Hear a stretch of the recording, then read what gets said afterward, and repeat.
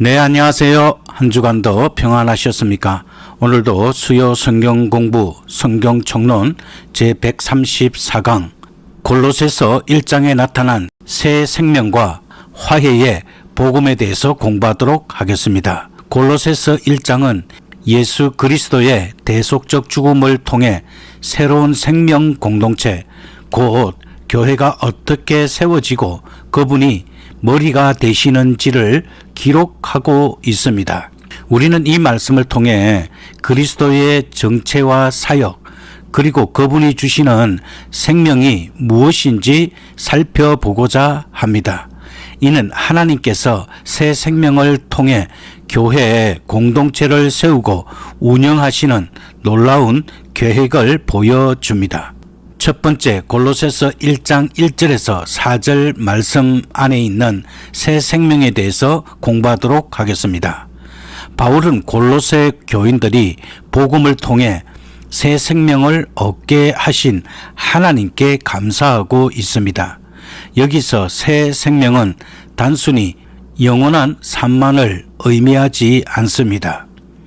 바울은 이 생명이 그리스도의 대속적 죽음으로 죄사함을 얻고 어둠의 권세에서 사랑하는 아들의 나라로 옮겨져 사는 삶이라고 말합니다.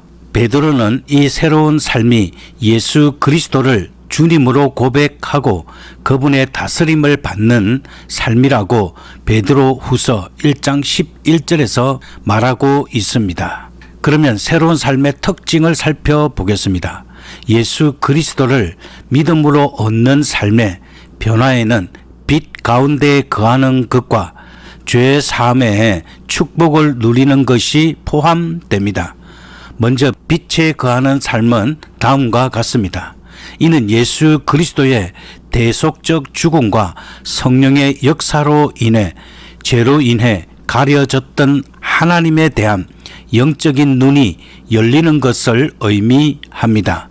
빛의 자녀들은 자신의 죄된 모습을 발견하고 그리스도를 영접하여 그의 나라의 백성으로 옮겨집니다.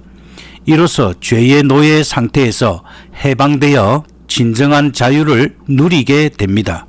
그리스도를 믿는 자는 결코 정죄받지 않으며 모든 사망의 법에서 해방되었다고 로마서 8장 1절에서 2절은 말씀하고 있습니다.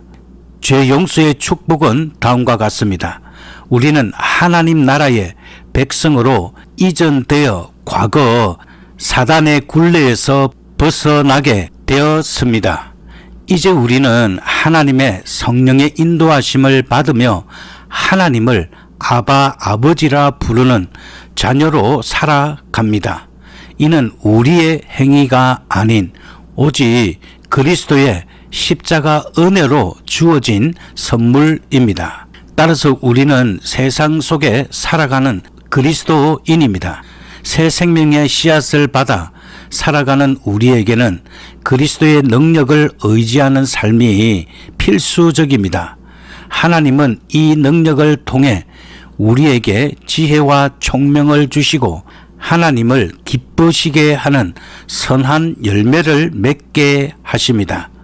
우리는 죄악의 문제로 침체된 모습이 아니라 그리스도 안에서 승리하는 모습을 나타내야 합니다. 이는 그리스도께서 주시는 성화의 과정이며 믿음의 열매입니다. 둘째, 골로새서 1장 16절에서 24절 말씀에 나타난 만물의 주권자이시며 교회의 머리가 되시고 화해의 통로가 되시는 예수 그리스도의 존재와 사역에 대해서 살펴보겠습니다. 골로새서 1장은 예수 그리스도가 단순히 위대한 스승이나 선지자가 아니라 새 생명을 주시는 절대적인 자격을 갖추신 분임을 변정합니다. 바울은 그분의 존재와 사역에 대한 깊은 통찰력을 통해 오직 그리스도만이 우리의 유일한 구원자이심을 강조합니다. 예수 그리스도의 사역은 자신이 하나님이심을 온전히 드러내신 것이었습니다. 바울은 예수 그리스도께서 하나님이심을 증명하기 위해 보이지 아니하시는 하나님의 형상이라는 표현을 골로새서 1장 15절에서 사용하고 있습니다. 이 형상은 단순히 하나님을 닮은 모습을 넘어 보이지 않는 하나님의 본질을 온전히 나타내 보여주시는 분이라는 것을 의미합니다. 다시 말해 예수님은 인간의 몸으로 오신 하나님이시며 그분을 통해 우리는 비로소 하나님을 알게 됩니다. 예수 그리스도는 창조주이십니다. 예수님은 모든 창조물보다 먼저 존재하신 분으로 모든 만물의 주인이십니다. 우주의 모든 것은 그분으로 말미암아 창조되었고 그분 안에 질서 있게 존재하며 궁극적으로 그분으로 인해 하나가 됩니다. 이는 곧 그리스도께서 우주의 모든 것을 통치하시는 만유의 주권자이심을 의미합니다. 그리고 예수님은 교회의 머리가 되십니다. 부활을 통해 그리스도께서는 죄와 사망의 권세를 깨뜨리고 새로운 인류의 시작이 되셨습니다. 예수님은 이 새로운 공동체, 즉 교회의 머리가 되셨습니다. 교회는 그리스도의 몸이며 몸이 머리 없이 존재할 수 없듯이 교회는 그리스도 없이는 존재할 수 없습니다. 이는 교회와 그리스도의 유기적이고 절대적인 연합을 보여줍니다. 그리고 예수님은 화해의 제물이 되셨습니다. 바울은 그리스도의 십자가 사역이 하나님과 인간을 화목하게 하기 위한 것이었다고 골로새서 1장 20절에서 말하고 있습니다. 여기서 화목은 죄로 인해 깨어진 관계를 창조 당시에 완전한 상태로 회복하는 것을 의미합니다. 우리의 자기중심적이고 교만한 행동은 우리를 하나님과 마음으로 원수되게 만들었습니다. 우리는 스스로 이 관계를 회복할 수 없기에 오직 그리스도의 화해 제사가 필요했습니다. 십자가의 피를 통해 우리는 하나님을 배신한 적이 없었던 것처럼 그분 앞에 설 수 있게 되었습니다. 그리고 오직 믿음으로 우리의 상한 마음을 예수님은 치유하시는 분이십니다. 십자가의 능력은 단지 영적인 영역에만 국한되지 않습니다. 그것은 우리의 상한 마음을 치유하고 하나님과의 깨어진 관계를 회복시키십니다. 근심과 걱정, 슬픔과 분노로 가득 차 있다면 그 모든 것을 그리스도 앞에 내려놓아야 합니다. 십자가를 바라볼 때 우리는 그분의 깊은 사랑과 용서를 경험하게 되고 이는 곧 하나님의 평안으로 이어집니다. 루트 교회의 신앙은 이 평안이 우리의 행위나 노력으로 얻는 것이 아니라 오직 그리스도를 믿는 믿음을 통해 주어지는 은혜임을 강조합니다. 우리가 할 일은 그분의 완벽한 사역을 신뢰하고 그분께 우리의 모든 짐을 맡기는 것입니다. 그렇게 될 때 그리스도의 치유하시는 사랑과 용서가 우리의 감정 속으로 깊이 스며들어 삶의 모든 영역에서 하나님의 평안을 경험하게 됩니다. 세 번째, 골로새서 1장 25절에서 29절 말씀 안에 나타난 감춰진 복음의 비밀에 대해서 살펴보겠습니다. 바울이 전한 복음은 과거에는 감추어져 있었지만 이제 성령을 통해 드러난 신성한 비밀입니다. 이 비밀이 특별히 그리스도로 지칭되는 이유는 예수 그리스도 안에서 믿음으로 유대인과 이방인의 장벽이 무너지고 모두가 그분과 하나 되었기 때문입니다. 바울은 이 비밀을 하늘에 있는 것이나 땅에 있는 것이 다 그리스도 안에서 통일되게 하려 하심이라고 정의합니다. 바울의 끈기 있는 사역은 그 비밀의 권원이신 내주하시는 그리스도의 능력에서 비롯되었습니다. 바울은 이 능력이 단순히 믿음을 가졌기 때문에 얻는 것이 아니라 하나님이 주신 사명을 위해 수고하고 애쓸 때 체험하는 은혜라고 말합니다. 이는 하나님께서 그분의 기쁘신 뜻을 위해 우리 안에 소원을 두고 행하시는 능력입니다.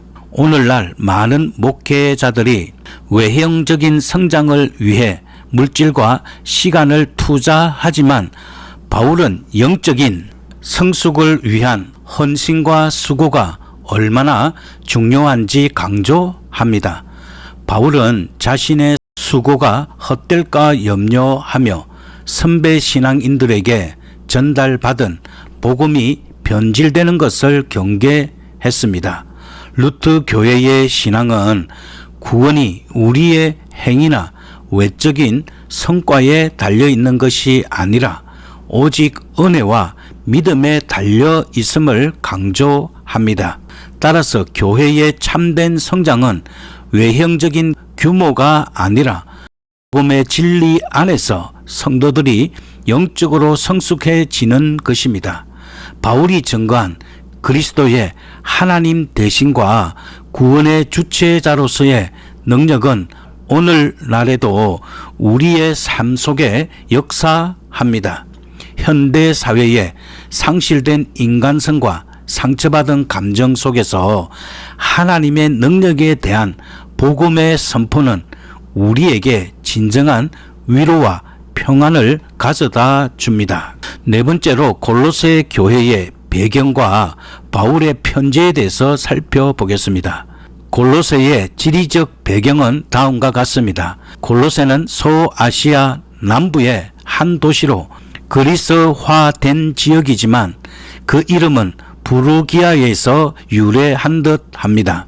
헤로도투스의 기록에 따르면 골로새는 한때 번성했던 도시였고 로마 시대에는 라오디게아, 히에라폴리스와 함께 직물 공업의 중심지로 번영을 누렸습니다.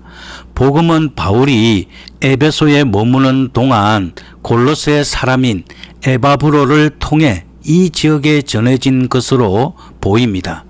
바울은 이 편지를 쓸 때까지 골로새를 직접 방문한 적은 없었지만 오랜 시간이 지난 후에야 그 소원이 이루어졌습니다. 참고 성경 구절은 빌레몬서 1장 22절입니다. 이어서 골로새 교회에 보낸 바울의 편지에 대해서 살펴보겠습니다. 이 편지는 바울이 로마에서 첫 번째 투어 기간 동안 쓴 옥중 서신입니다. 골로새 교회의 교인들은 대부분 이방인이었습니다. 바울은 한 번도 만난 적이 없는 이들을 향해 큰 책임감을 느끼며 편지를 썼습니다. 에바브로를 통해 골로새 교회의 상황을 전해들은 바울은 복음의 진리를 뒤집어 엎으려는 거짓 교사들, 즉 율법을 강요하는 유대주의자들의 영향을 경계했습니다. 또한 이방인 교인들을 혼란스럽게 했던 토속적인 미신과 이단 사상에 맞서 오직 그리스도 안에서만 구원과 진리가 있음을 올바르게 가르치기 위해 이 편지를 썼습니다. 다섯 번째로 성경에서의 빛과 비밀의 개념에 대해서 살펴보겠습니다. 성경에서 빛과 비밀은 단순한 물리적 현상이나 숨겨진 정보를 넘어 하나님의 성품과 구원 사역을 드러내는 깊은 신학적 의미를 담고 있습니다. 루트 교회의 신앙은 이 개념들을 그리스도를 통한 하나님의 계시라는 맥락에서 해석합니다. 먼저 성경에서의 빛의 개념에 대해서 살펴보겠습니다. 구약 성경에서의 빛의 개념은 다음과 같습니다. 구약 성경에서 빛은 하나님의 창조와 축복의 핵심적인 요소입니다. 빛은 단순히 물리적 현상을 넘어 생명의 원천이자 구원과 구제를 상징하는 실체적인 힘으로 묘사됩니다. 고대 이스라엘에게 빛과 어두움의 반복은 자연의 순리가 아니라 하나님의 뜻에 따른 것이었습니다. 특히 구약의 독특한 점은 빛이 그 자체로 정의를 수반한다는 것입니다.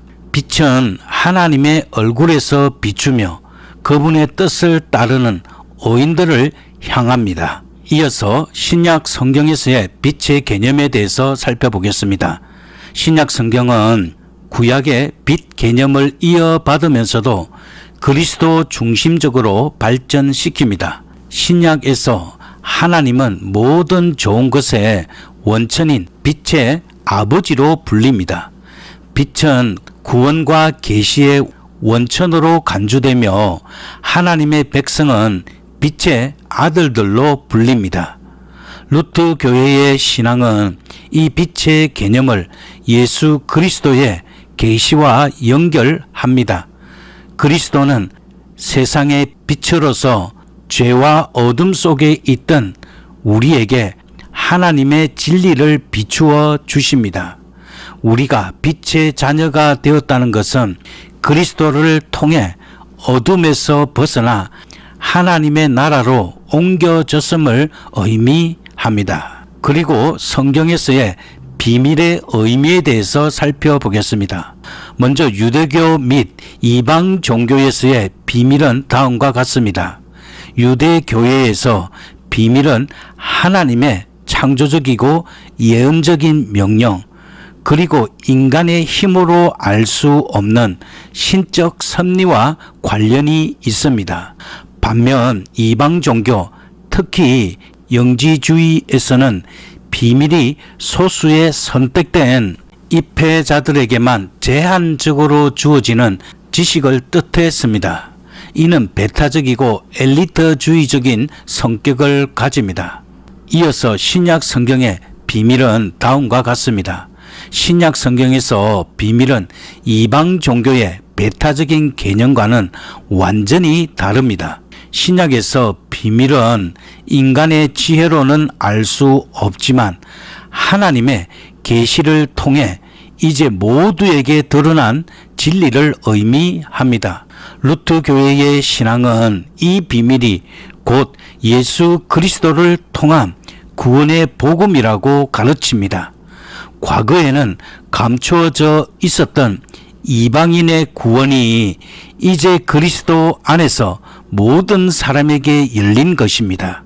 따라서 하나님의 비밀은 하나님의 세상을 향한 통치와 구원 계획을 지칭하는 말이며, 이 비밀은 그리스도의 십자가와 부활을 통해 성취되었습니다. 이는 특정 사람들만 알 수 있는 지식이 아니라 복음을 통해 모든 믿는 자에게 주어진 하나님의 은혜입니다. 이제 기도하도록 하겠습니다. 하나님 아버지, 저희에게 예수 그리스도를 통해 어두움의 권세에서 옮겨주시고 빛의 나라의 백성으로 삼아 주시니 감사합니다. 오직 주님의 십자가를 통해 죄 사함을 받고 하나님과 화목하게 하셨음을 고백합니다. 만물을 창조하시고 교회의 머리가 되신 그리스도께서 저희의 삶의 중심이 되게 하여 주시옵소서. 저희가 받은 새 생명으로 주님을 기쁘시게 하는 선한 열매를 맺게 하시고, 주님께서 저희 안에 역사하시는 능력을 통해 모든 어려움을 이겨내게 하여 주시옵소서.